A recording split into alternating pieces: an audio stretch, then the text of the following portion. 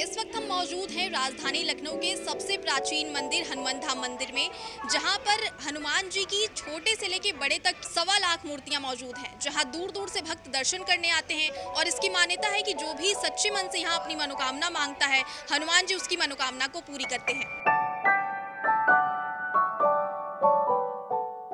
अपनी खूबसूरती और आस्था के लिए मशहूर ऐसा धाम जिसकी दिव्यता और भव्यता काफी अद्भुत है। यहाँ आने पर मानो जैसे किसी दिव्य लोक में आ गए हों। हर कदम पर भगवान के दर्शन और मनमोहक नज़ारे किसी स्वर्ग का अनुभव कराता है।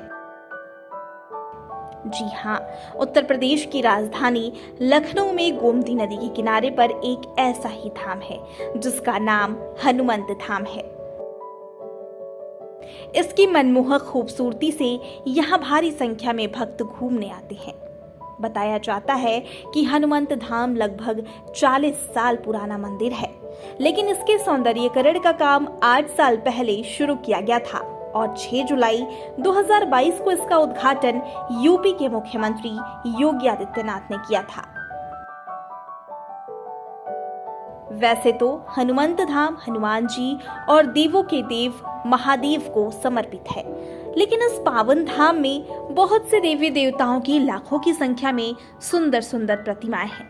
इसके अलावा इस धाम में हनुमान जी के हर स्वरूप की प्रतिमा स्थापित है, जिसमें कई प्रतिमाएं हनुमान जी की भगवान शिव की पूजा अर्चना करते हुए भी हैं। धाम के प्रांगण में गणेश भगवान, माँ दुर्गा, माता सरस्वती, माँ लक्ष्मी, कृष्णा, राधा, राम, सीता समेत कई देवी देवताओं की खूबसूरत मूर्तियां देखने को मिलती हैं।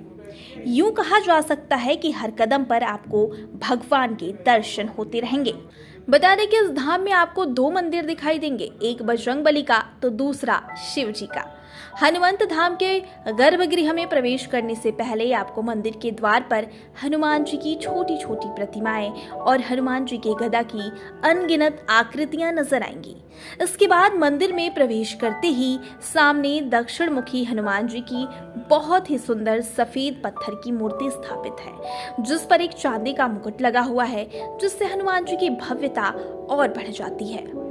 वहीं दूसरा मंदिर जो कि शिव जी को समर्पित है, इस मंदिर का मुख्य आकर्षण मंदिर के सबसे ऊपरी भाग में नीले रंग के शिव जी, जिसका नजारा बेहद भव्य है, और मंदिर के अंदर दोनों तरफ लेटे हुए हनुमान जी की प्रतिमा है जो कि शिवलिंग को पकड़े हुए है।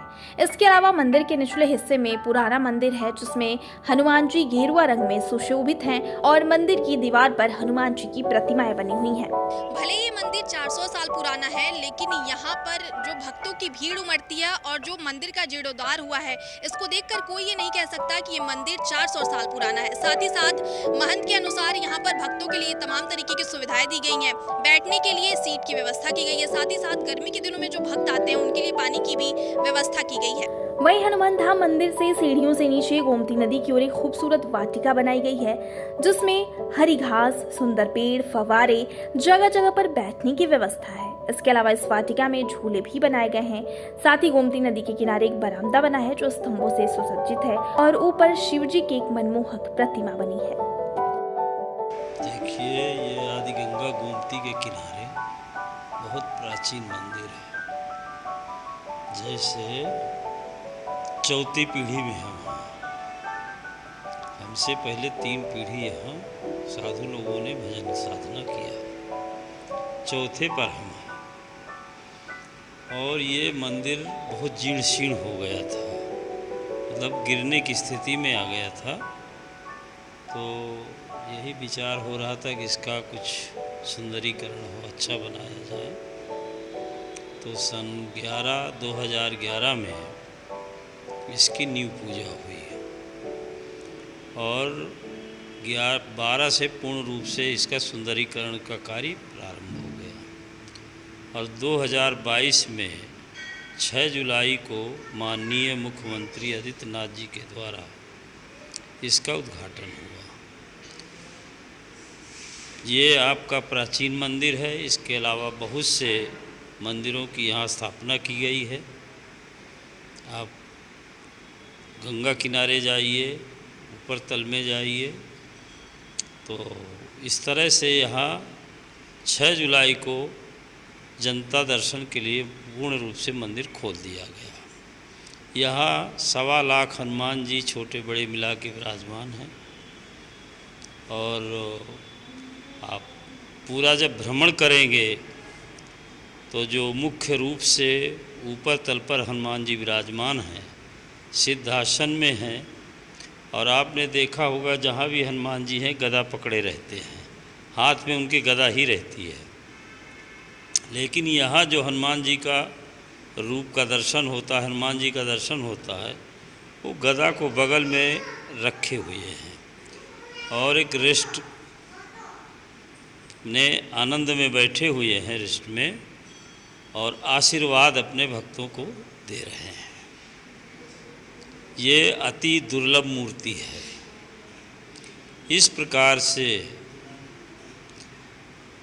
राम दरबार भी है, राम जी का दरबार है, इसके बाद में शिव दरबार है, और ऊपर तल में गणपति बप्पा का भी स्थान है, और नवग्रह की भी स्थापना की गई है।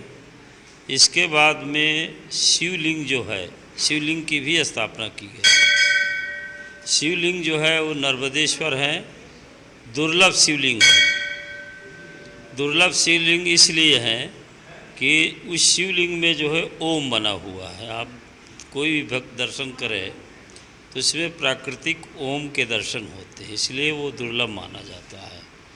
ये दुर्लभ शिवलिंग शायद ही किसी ने इस प्रकार का दर्शन किया हो।